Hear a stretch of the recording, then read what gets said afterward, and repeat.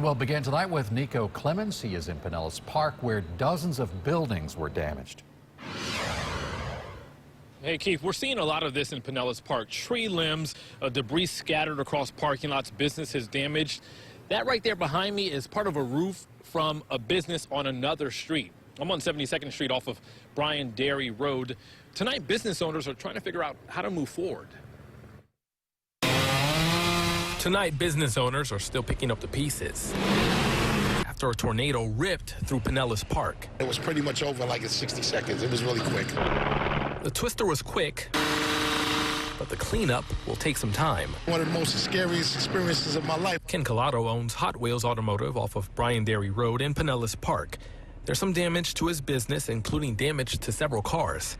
He was at work when the tornado came through. I was holding on to dear life like this. I'm trying to pull the door open, and I just wouldn't let it go. It was like the scariest thing I've ever been to, and I actually saw the tree land on the car. Collado says these are things he can replace. Just across the street, part of the roof is missing at Dave Swartz's business. There's some water damage too, but surprisingly, all of his product is safe. It was almost as if God put a shield around this building, and you can see there's a path of devastation coming right toward us that should have taken the building right in half. There are similar stories throughout the area.